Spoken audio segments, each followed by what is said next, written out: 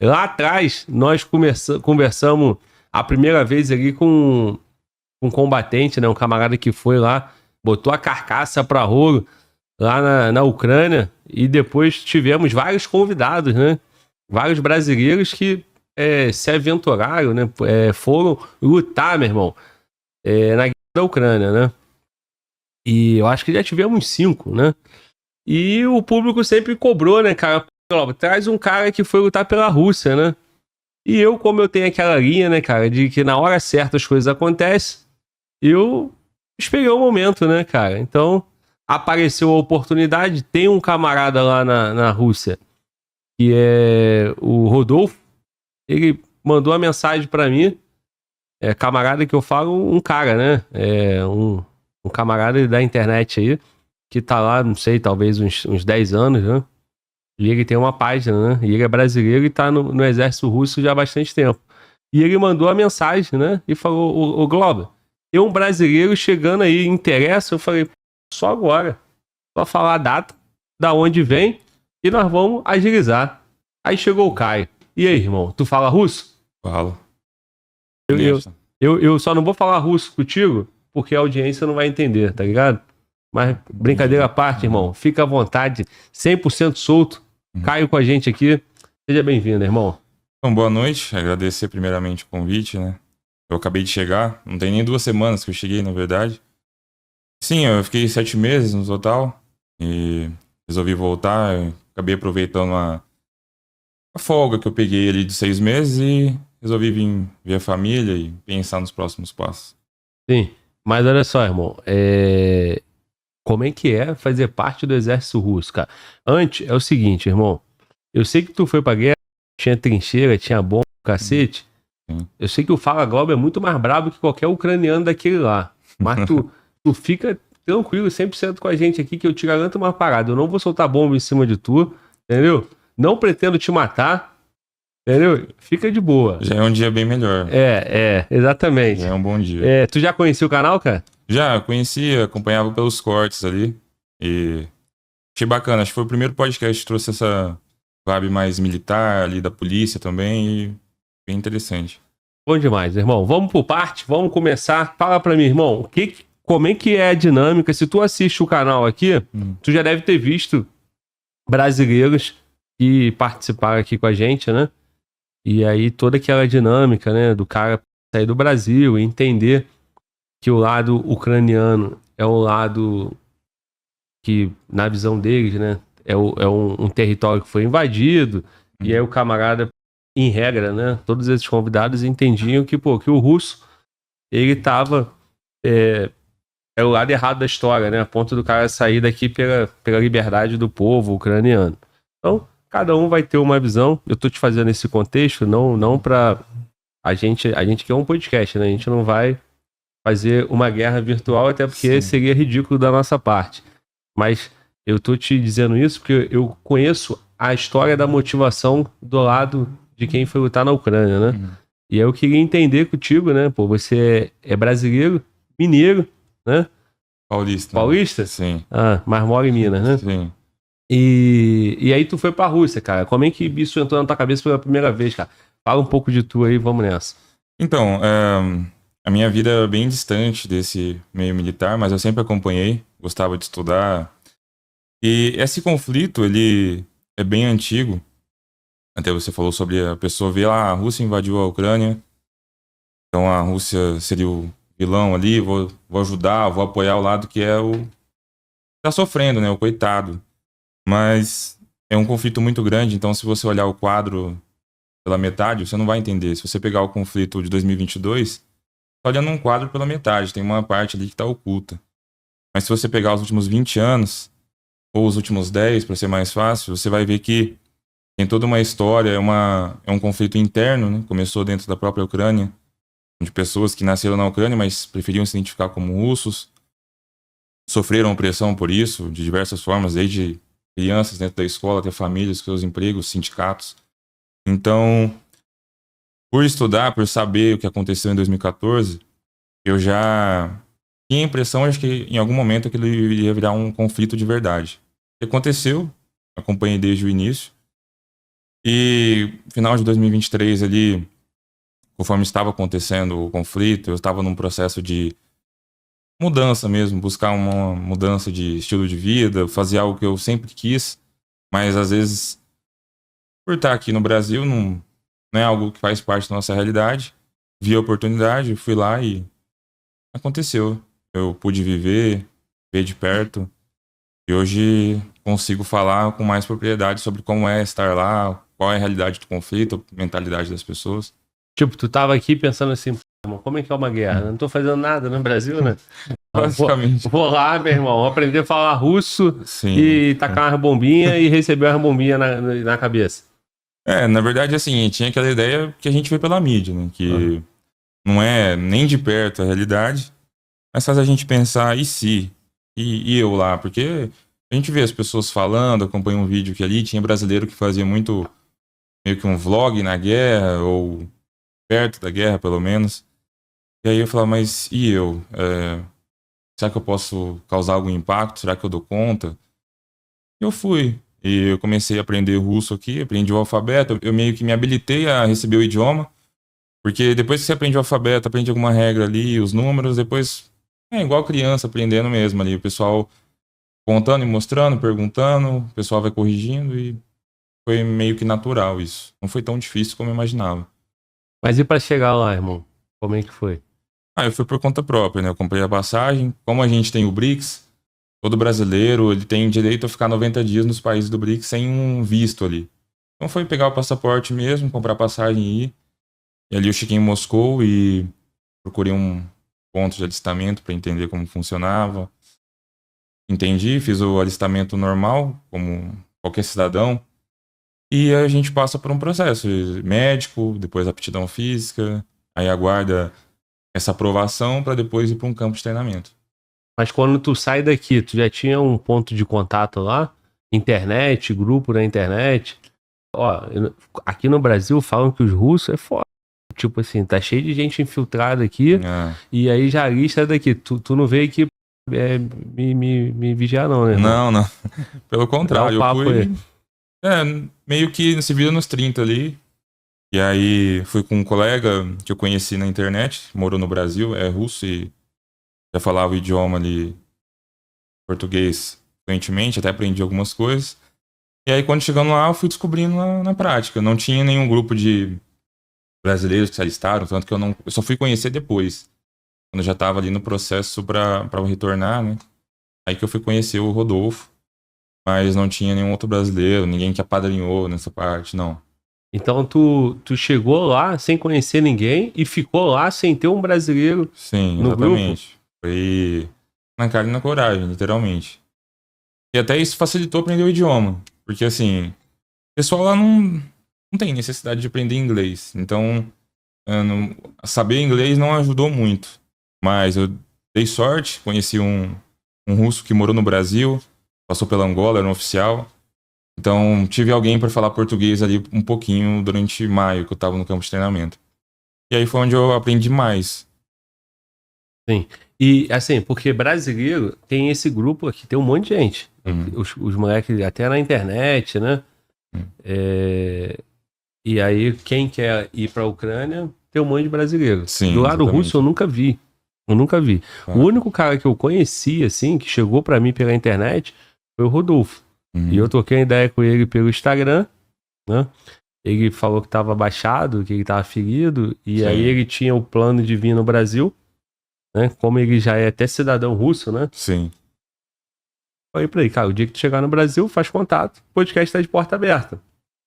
Ele tá há quanto tempo lá? 10 anos. 10 anos. Então ele já era cidadão de Donetsk. E assim, Donetsk era um território, fazia parte ali da Ucrânia, mas que se tornou independente, né? Buscou independência já em 2014, já ali naquela época dos conflitos mesmo. Então era um território ali, parecido com aquela situação que a gente teve no Sul, quando eles queriam emancipar o Estado, meio que tá em conflito com sua própria bandeira. Então, desde aquele período ele já estava lá, então ele já vivia o conflito muito antes de 2022. Sim. E aí ele foi e falou, passou a credencial, falou, ó, o brasileiro tá aqui, realmente, e tal, até pra poder a gente, né, saber quem tá vindo, né? Claro. Aí ele falou, não, o cara tá aqui, tá voltando, lutou aqui pelo exército oficial. Sim. Aí, beleza. Então, irmão, o que acontece? Vamos lá, pra eu entender. Qualquer brasileiro chega lá, pode ter um ponto de alistamento e pode incorporar? Pode se Sim. alistar? Tem 2 caminhos, né? Ah, Pode ser um mercenário, pode buscar um grupo militar privado, parecido com o Wagner. Sim. Hoje ele já faz parte do próprio exército, mas tem outros grupos. Então ele pode fazer parte de um grupo militar privado e depois buscar, mas aí seria o caminho de mercenário mesmo. Ele não é um soldado, ele não faz parte do exército, ele está apoiando o exército. É diferente. Ou você pode buscar um ponto de alistamento. Mas é interessante que, para isso, você busca pelo menos um pouco de aptidão no idioma, para não sofrer muito, para conseguir ter uma comunicação independente ali e fazer esse processo mais tranquilo. sim. Mas qualquer um pode, Tá. acima de 18 anos. Mas não é comum ter brasileiro. Não. Tanto é que você falou que não conhecia ninguém lá. Não é comum. Realmente tem muitos estrangeiros, mas da América do Sul em si, foram poucos que eu vi. Sim. Até pela diferença. Não sei. O ucraniano tem quase a mesma cultura do russo, né? E ainda assim o brasileiro vai pra lá e acha um espaço, né? Se identifica, tem um grupo grande. Uhum. É que eu ia te dizer o seguinte, talvez distancia demais, né? Se bem que o Carcará, quando esteve aqui, falou que o russo, a cultura do russo é boa, até que combina Claro. com o brasileiro. Não sei até que ponto. Cara, isso foi uma surpresa muito positiva pra mim, porque o fato de eu ser brasileiro abriu muitas portas que, eu até conversando com alguns colegas depois, falando, se eu não fosse brasileiro, talvez meu caminho fosse diferente aqui no exército, porque quando eu falava que era brasileiro, os caras, pô, bacana e tal, aí já falava do Pelé, falava do... Eles conhecem Futebol. mais futebol, um pouco ali do Rio de Janeiro também, carnaval. Cara, se você soubesse tanto de russo que tem vontade de conhecer carnaval, de vir pra cá. E esses caras às vezes nem sabem que podem. É bem fácil pra quem é da Rússia também vir pra cá, pro Brasil. Sim. É porque a imagem do Brasil lá fora é essa mesmo, é Sim, futebol e exatamente. samba. Futebol, Infelizmente. samba. É. Eu tentava puxar um pouco pra outro lado, apresentei música, falei um pouco do idioma, ensinei os caras. Cara, até o Michel Teló, os caras conheciam, começaram a cantar e tal, mas realmente é isso que sabem do Brasil, assim. Essa do Michel Teló rodou o mundo porque o Cristiano Ronaldo dançou, não foi isso? É, essa mesmo. Agora, irmão, fala pra mim. Aí tu chegou lá e falou que queria se alistar. Sim. Documentação. Passaporte ali, aí alguns documentos médicos pediram, certidão de nascimento para comprovar mesmo, para ajudar, né, junto com o passaporte. Aí passa exame de sangue, exame respiratório, exame de aptidão física mesmo. Saúde está em dia. Aí a gente vai para um centro de treinamento. Aí já passa a ser tudo por conta do exército. Vestimenta, dormitório, a gente já fica envolvido só nessa parte. Aí passa treinamento de tiro. Depois a gente vai para um campo já um pouco mais avançado ali para conhecendo o terreno, se habituar com o clima, porque é muito diferente. A gente fala Rússia, a gente já associa ao frio ali. Mas não, tanto no sul da Rússia quanto naquela parte do sudeste da Ucrânia é muito calor. E a temperatura de 36 graus. Então a gente se sente meio que em casa. Mas como vai muita gente, muito estrangeiro, eles fazem isso com todo mundo para se habituar, porque isso impacta muito na rotina ali nossa.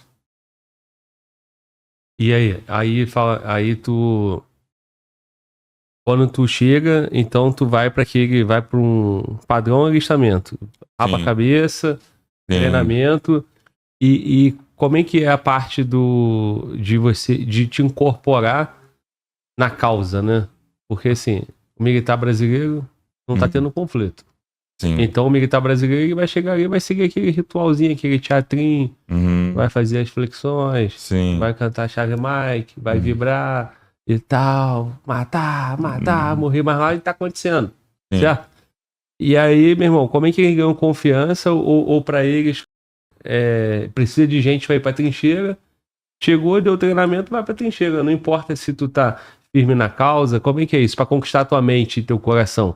Porque tu chega lá, tu não tem mente e coração. Tu tem, de repente... Vontade, uma expectativa. Sim. Mas assim, correr no sangue ali, a vontade de lutar pela Rússia, tem um treinamento, ainda mais falando de essa parte de inteligência, essa parte do espírito russo. Sim. Como é que eles lidam com o estrangeiro nesse caso? Bom, então, vamos lá. Essa parte de tá no sangue, ele tá na vontade, isso é meio que individual. É um problema de quando alguém vai lutar por uma bandeira de um país aliado. Mais que é um país aliado, por exemplo, Brasil e Rússia tem uma história, tanto de parceria comercial, identidade histórica mesmo. Então, você consegue ter uma intimidade com o povo, com a bandeira, mas de estar no sangue, aquela vontade de ajudar, de lutar, isso vai de cada um. Então, assim, dependendo da origem da pessoa, ali, estrangeiros tinha da Europa, da África, tinham americanos, tinham asiáticos. Então, assim, eles não fazem aquela doutrina pra pessoa, pra ver o quanto a pessoa quer aquilo. Mas é identificável isso. Aí os caminhos são diferentes pra quem tá lutando realmente pela bandeira, ou pra quem tá meio que, vamos ver o que dá, vamos fazer o teste ali. Então, assim, isso durante o treinamento vai sendo perceptível. Até porque, diariamente, a gente, por exemplo, cantava o hino da Rússia durante o treinamento. Você vê o cara que tá se identificando com a cultura, ou o cara que tá meio que, não, eu só quero lutar. E tudo bem, não é um problema isso, necessariamente. Porque é uma guerra. Precisa de quem quer lutar. Seja ele, a motivação dele qual for, eles querem quem lute. Inclusive eles usam bastante, né, o exército privado, né? Sim, o mercenário. Então, exatamente. não importa se é em troca de dinheiro, o que é, eles querem um número lá, meu irmão, guardando a posição. Mantendo a posição pra Rússia, né? Claro. E aí, em que momento que tu... Não sei o que tu poderia passar pra gente dessa preparação, se tem algo impactante, relevante dessa preparação, para que tu inicie, né? Literalmente, diretamente no conflito. Como é que foi a tua preparação? Ou se tu quiser pular pra parte quando tu vai pro conflito? Então, a preparação, assim, ela parte muito do pressuposto que ninguém nunca tirou com um fuzil. Então tem toda aquela parte de você conhecer o armamento, porque hoje, nesse conflito, as pessoas elas têm a liberdade de escolha do fuzil que vai usar. Então, por exemplo, tem a AK-74, tem a AK-74M, a AK-12. Então, primeiro o cara vai se habituar com o equipamento que ele vai utilizar, desmontar, fazer manutenção, porque isso na guerra é primordial para você não acabar desarmado numa situação em que não tem quem vai te dar outra arma, não tem de onde você tirar outra arma. Então, todo aquele cuidado inicial. Depois você vai passar pela parte de tiro, precisão, a sua capacidade de carregar o equipamento. E aí você, de acordo com sua performance, você vai sendo deslocado ali para cada demanda, para cada região também. Então tinha uma divisão para que as pessoas fossem onde eles acreditavam que iam se adaptar melhor, de acordo com esse treinamento. Mas aí era o quê? Era um grupo só de estrangeiro ou não? Não, a gente ficava junto com os russos. Então, no teu caso, era infantaria? Sim, o primeiro momento foi somente infantaria. Depois foi a infantaria motorizada, que é um pouco diferente ali a dinâmica. Mas a princípio é todo mundo infantaria, sim. E quando tu chega, tu já sabe pra onde tu vai? A região que tu vai? Não. O teu papel ali? Não, isso demora um pouco, porque você pode se alistar em qualquer cidade. Então, por exemplo, eu me alistei em Moscou. Mas aí tem um cara que se alista em Rostov, tem um cara que se alista em Kaliningrado. E aí, de acordo com onde você se alistou, vai ser aquele primeiro briefing ali do exército. Aí depois eles mandam você para um campo de treinamento também que vai variar. E nesse treinamento você vai encontrar todo tipo de pessoa. O cara que foi mobilizado, o cara que assinou um contrato, o cara que fez o alistamento. Então varia muito, primeiro do local onde você se alistou, o dia. Aí eles vão fazendo turmas, montam. E aí, sei lá, 400 pessoas. A gente vai fazer o treinamento com 400 pessoas. É um campo de treinamento bem grande, então comporta. Uma relação? Cara, tu não tinha experiência militar, tinha? Não. E como é que se adapta, cara? Direto assim Cara, muito pela força de vontade, assim, porque realmente é tudo diferente. Primeira coisa que pega é alimentação. Depois, sono. O cara tem uma vida normal, ali trabalha 8 horas por dia, dorme ali umas 8 horas também. De repente tá dormindo 3, 4 horas quando dorme. Come também quando dá, o que dá pra comer. Então, Isso já no treinamento, já pro cara se adaptar. Então, se o cara não tem aquela força de vontade, ele pede pra sair ali, porque ele já vê que existir na guerra já é uma questão de sobrevivência. Mesmo quando não tem ninguém atirando em você, não tem nenhum drone te caçando, você ainda tem que lidar com umas dificuldades que a vida de um não militar não tem. Então, tem que ter força de vontade, é o principal ali. E aí, a partir disso, os caras vão ajudando, os caras dão aquele apoio moral pra você, tipo, de te ajudar a se adaptar. Tipo, você vê que não é tão ruim assim, ou é, mas você não tá sozinho, isso ajuda muito.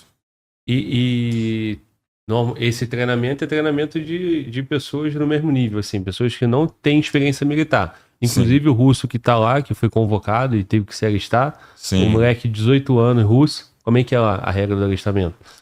Então, eu não sei exatamente a limitação, mas eu sei que a mobilização do exército ela não leva em conta a idade. Então, provavelmente, o cara que tem menos de 21, eles ainda não estão mobilizando, né? Só se o cara for voluntário e se alistar. Mas eles consideram, durante o treinamento, que todo mundo é leigo nessa Uhum. parte de armamento, principalmente armamento pesado. Então, eles tratam todo mundo igual. Mesmo o cara que já teve uma passagem pelo exército, foi dispensado, tá retornando. O cara que é segurança privado, por exemplo, o tratamento é igual. Já para não ter essa discrepância de qualidade no treinamento. Sim.